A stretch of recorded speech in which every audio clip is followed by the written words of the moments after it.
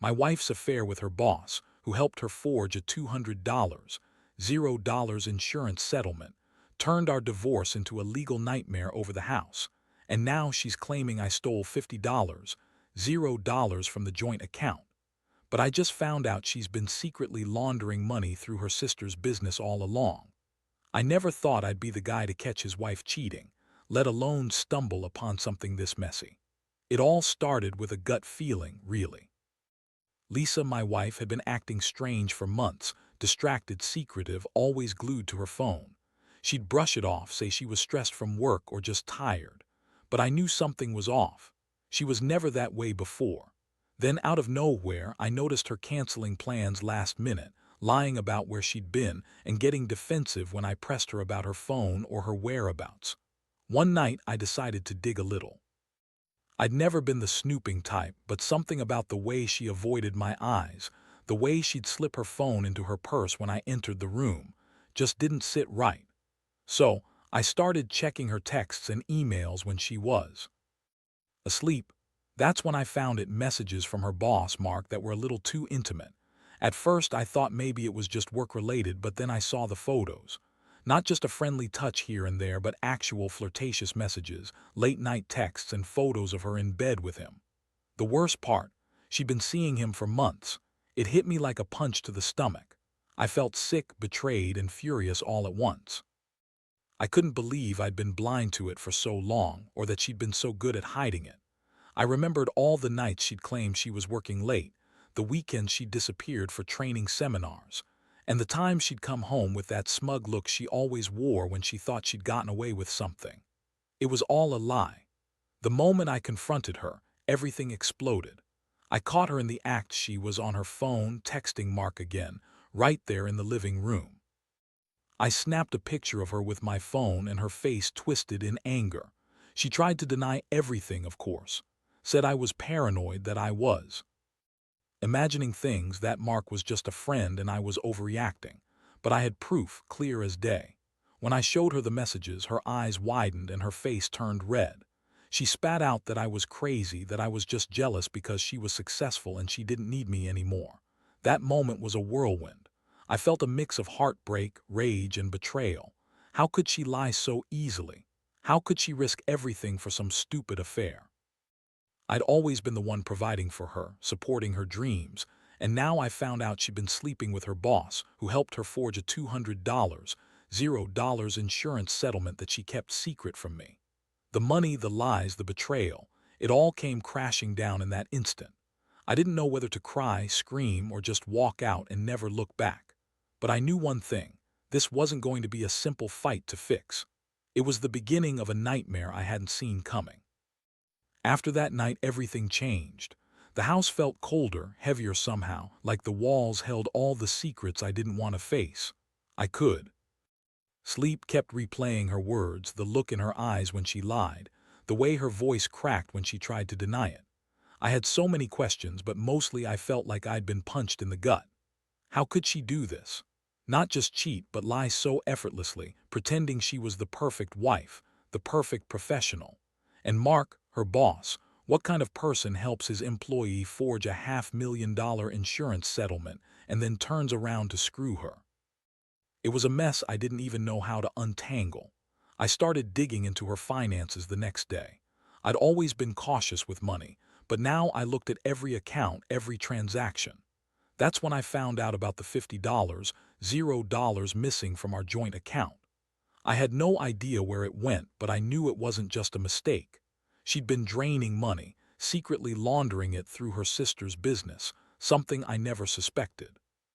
Turns out, Lisa had been funneling cash through her sister's small shipping company for months, probably to hide her affair and the financial mess she was creating.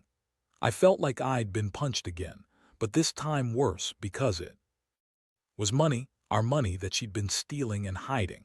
I couldn't believe how deep this all went. She'd been lying for so long, playing the perfect wife while secretly screwing her boss and laundering money. My mind raced. How much more was there? Was she planning to run? Was this just about cheating, or was there something bigger, darker? Every step I took uncovered another lie, another secret.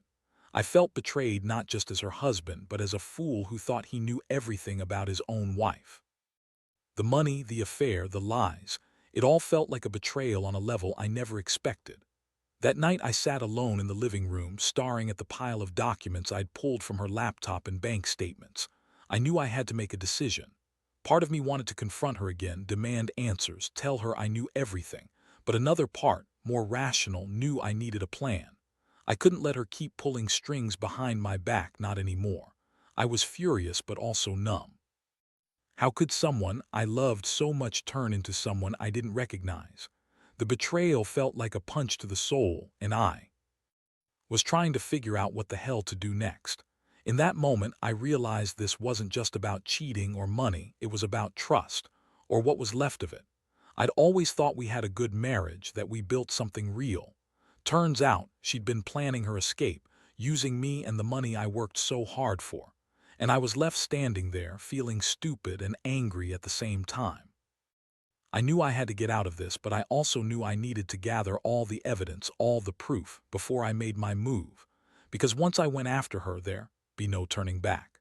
I just hoped I was ready for what was coming. The more I uncovered, the clearer it became that Lisa wasn't just cheating on me. She was orchestrating a full-blown financial scheme. I started digging into her sister's business, and what I found was even more shocking. Turns out, Lisa had been funneling money through her sister's small shipping company for months, probably to hide the affair and the money she'd been stealing. It was like peeling back layers of an onion, each revelation more disturbing than the last. I pulled bank statements, emails, invoices, anything I could get my hands on, and what I discovered was a carefully hidden web of transactions. She'd been laundering money, moving large sums through her sister's business to cover her tracks. I found payments of $10, $0 here, $15, $0 there, all labeled as consulting fees or miscellaneous expenses. But it was clear they were just code words for money laundering. My stomach clenched. I've been married to a woman who was actively hiding her financial crimes, and I had no idea how deep it went. I also found out she'd been lying about her whereabouts more than I thought. She'd tell me she was working late or at a conference, but her messages to Mark painted a different picture. They'd meet up after hours, sometimes in hotels, sometimes just in her car. She'd even told him she was planning to leave me, that she didn't love me anymore. I felt sick. I'd always thought we had a good marriage, that I was doing okay by her, and now I saw how she'd been planning her escape all along, with her boss's help and her sister's complicity. The worst part was realizing how much she'd lied, about her feelings, her actions, her finances. She'd been so convincing, so manipulative. I kept asking myself, how did I miss all this? How did I not see the signs? I'd been so blind, so trusting. And now I was left with this mess. Money gone, trust shattered, a wife who was actively betraying me in ways I couldn't even comprehend just a few weeks ago. I knew I had to confront her again, but this time I wasn't going to do it blindly. I was gathering everything, screenshots, bank records, emails, messages. I wanted concrete proof before I said a word, because if I was going to take her down, I needed to do it right. I wasn't going to let her spin some sob story or gaslight me into doubt. I'd seen enough to know the truth. Lisa was a con artist, a liar, and a cheat. And I was the fool who'd trusted her all these years. That night, as I sat in my empty living room, I realized I wasn't just angry anymore. I was furious. Furious at her for betraying me, for stealing from me, for lying to my face. But I was also starting to feel a strange sense of clarity. I'd been naive, yes, but I wasn't going to be a victim. I'd take control of this chaos, expose her, and do whatever I needed to do to get my life back. Because at this point, I knew I couldn't trust her and I couldn't stay silent. The truth had to come out, and I was the only one who could make sure that happened. The more I pieced together, the more I realized how much of her life was built on lies, manipulation, and deception. I wasn't just dealing with a cheating wife. I was dealing with someone who had actively been running a financial scam behind my back. It was like waking up from a nightmare, only to find out it was real and I was trapped in it. I felt a mixture of disgust and determination. I knew I had to act fast before she covered her tracks even more. I decided to confront her again, but this time I was prepared. I set a trap, nothing obvious, just enough to catch her off guard. I knew she'd be trying to clean up her mess, move money around, or maybe even try to disappear. So I installed a keylogger on her phone, kept a close eye on her email activity, and made copies of every incriminating document I'd found. I also contacted a lawyer I knew, someone experienced in financial crimes and divorce law, because I was already thinking ahead about what kind of mess I was about to step into. One evening she came home from work, looking tense and edgy. She'd been acting strangely all day, like she was trying to hide something. I played it cool, pretending everything was normal, but I was ready. I'd already sent everything I had to my lawyer, and I was just waiting for the right moment. When she sat down on the couch, I decided to push her a little just to see how she'd react. "So, Lisa," I said casually, "I've been going through some of the bank statements and emails. I gotta say, I'm surprised. I never thought you'd be involved in something like this." Her face instantly paled and her eyes darted away. "What are you talking about?" She shot back, trying to sound innocent, but I had her cornered. "Come on, I know about the money laundering through your sister's business. I know about the affair with Mark. I know everything." Her mouth opened, then closed. She stammered, tried to deny it, but I cut her off. "Don't lie to me anymore. I have proof, Lisa. I've documented everything. You're not just cheating on me, you're stealing from us, from our future, and I'm done playing nice." Her face twisted in anger, then in defiance. "You're just jealous. You're insecure. Mark's the one who's been helping me get ahead. You're too stupid to see how much I've done for us." That was the moment I realized how far gone she was. Her words were reckless, desperate even. She was trying to gaslight me, but I'd seen too much. I stood up, pulled out my phone, and showed her the screenshots of her messages with Mark, the bank transactions. Her face drained of color. She tried to grab the phone, but I held it away. "You're done, Lisa. I've had enough of your lies. This isn't just about the affair, this is about your betrayal on every level. I want a divorce, and I want everything back, our money, the house, everything she's been hiding." Her eyes flashed with rage and she spat. "You think you're going to ruin me? You're just a jealous, insecure little man. You don't have a clue what you're messing with." I felt a surge of anger, but I kept my voice steady. "I know exactly what I'm doing. I'm taking back what's mine. You've been lying for too long, Lisa. It's over." That night, I realized I'd crossed the point of no return. I was finally done being played. I knew I'd have to fight for everything, but I also knew I had the truth on my side. The next steps would be messy, but I was ready. She'd pushed me to the edge, and I wasn't going to let her walk all over me anymore. The fallout from that night was immediate and brutal. My lawyer told me to gather everything, more bank statements, emails, texts, anything that proved her schemes, and to prepare for a legal battle. I wasn't naive. I knew Lisa was manipulative and vindictive. She'd fight hard to keep her secrets hidden and to avoid losing the house or the money she'd been laundering. But I wasn't going down without a fight. I'd finally seen her true colors, and I was determined to get justice, whatever that took. In the days that followed, Lisa's behavior got even more erratic. She started acting like she was the victim, crying, claiming I was trying to ruin her, that I was paranoid and jealous. She told her friends I was controlling and abusive, classic gaslighting. But I had the proof, and I was ready to use it. I stayed calm, collected, and focused on building my case. Every time she tried to spin her lies, I had the evidence to shut her down. I knew I couldn't let her manipulate her way out of this. Meanwhile, I also had to deal with the emotional toll. I felt betrayed, hurt, and angry, but I also felt relief. Relief that I finally knew the truth, that I was no longer blind to her lies. I started to see her for what she truly was, a manipulative, selfish woman who used me and our life together as a game. It stung, but it also gave me clarity. I realized I'd been clinging to a fantasy of what our marriage was, and now I had to accept that it was over. The betrayal had shattered everything I thought I knew about her, about us. The legal process moved quickly. My lawyer filed for divorce, citing infidelity, financial fraud, and breach of trust. We also demanded an account of all her hidden assets, including the money laundering through her sister's business. I had to prepare for a long fight, but I felt confident that I had the upper hand. I documented everything, had the proof ready, and knew exactly what I was fighting for: my sanity, my money, and my future. It was terrifying to see how far she'd gone, but I also knew I was finally taking control. During this chaos, I reflected on what I'd learned. Trust is fragile, I guess. I thought I knew my wife, but I didn't see the signs. I was naive to believe she was just cheating. She was orchestrating a financial scam, lying to everyone, including herself. It's a harsh lesson in paying attention to the small things, in not dismissing red flags.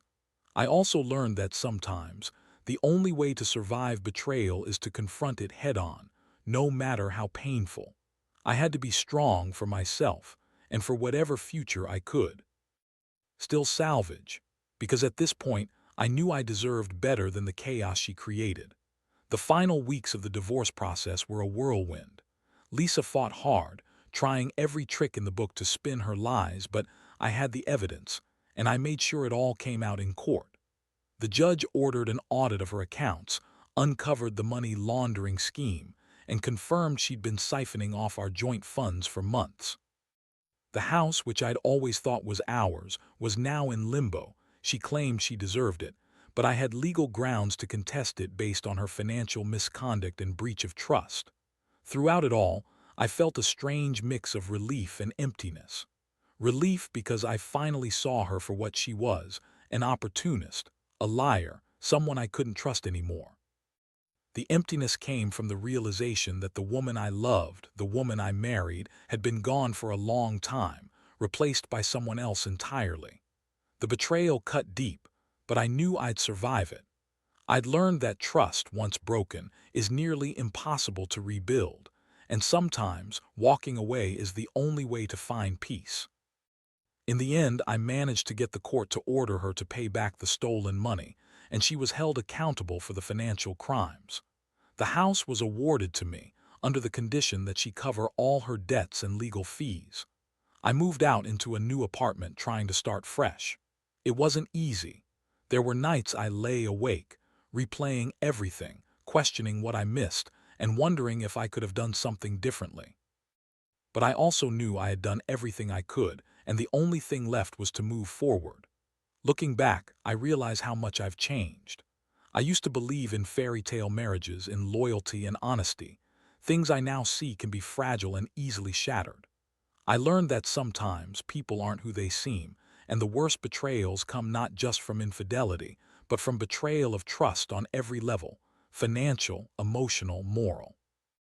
I learned to trust my instincts more, to pay attention to the red flags, and to never ignore my own gut feeling again. Most importantly, I've come to accept that I can't control other people's actions, only my reactions. I've learned to stand up for myself, to fight for what's right, and to walk away from toxicity, even if it hurts. I've lost a lot in this process, but I've gained clarity, strength, and a newfound respect for myself. To anyone reading this who's going through something similar, trust your instincts. Don't ignore the red flags. And if you find yourself betrayed, remember that you're stronger than you think. You don't have to accept lies, manipulation, or betrayal. There's a way out, and sometimes that way starts with facing the truth, no matter how hard it is. Because in the end, honesty and integrity are what matter most, something I learned the hard way.